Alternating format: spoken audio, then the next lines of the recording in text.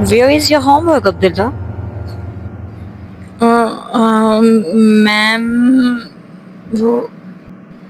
there was a power cut last night, so I couldn't complete it. It's okay, no problem. Submit it tomorrow. Okay, ma'am.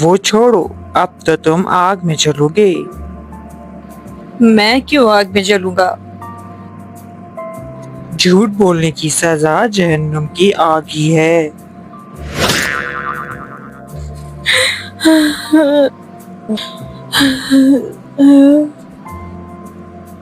استغفر اللہ، اعوذ باللہ من الشیطان الرجیم۔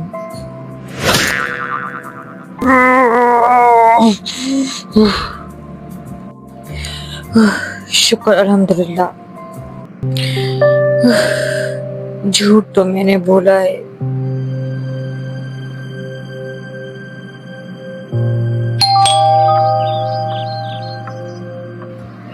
السلام علیکم۔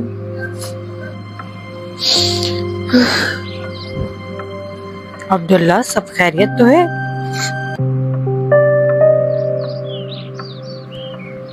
ادھر آؤ میرے بیٹے، میرے پاس آ کر بیٹھو۔ اب بتاؤ کیا ہوا ہے؟ میں نے اسکول میں جھوٹ بولا کہ کل رات لائٹ نہ ہونے کی وجہ سے میں نے کام نہیں کیا۔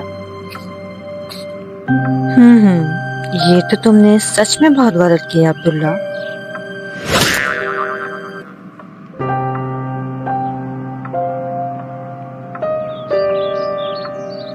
جھوٹ بولنا گناہ ہے اور اس میں ڈٹے رہنا اس سے بڑا گناہ ہے۔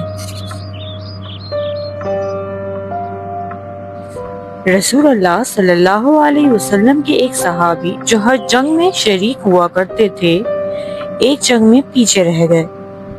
رسول اللہ صلی اللہ علیہ وسلم نے ان سے جب وجہ دریافت کی تو انہوں نے سچ کہا۔ انہوں نے کیا کہا امی؟ انہوں نے رسول اللہ صلی اللہ علیہ وسلم کو بتایا کہ میں اپنی سستی کی وجہ سے کل کرتا رہا اور تیاری مکمل نہ ہونے کی وجہ سے پیچھے چھوٹ گیا۔ باقی پیچھے رہ جانے والوں نے رسول اللہ کے سامنے آ کے کئی بہانے بنائے، جھوٹ بولے، لیکن کعب رضی اللہ تعالی عنہ نے ایسا نہیں کیا۔ انہوں نے سچ بیان کیا۔ سچ بولنے پر اللہ تعالیٰ نے کعب رضی اللہ تعالی عنہ کو معافی کی بشارت قرآن پاک میں دی۔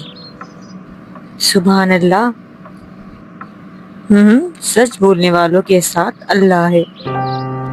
تم بھی کل جا کے اپنے ٹیچر کو سچ بتا دینا، وہ ضرور تمہیں معاف کر دیں گی۔ جی امی، ضرور۔ یہ عمر ہی غلطی کر کے سیکھنے کی ہے اور آپ کے سکھانے کی۔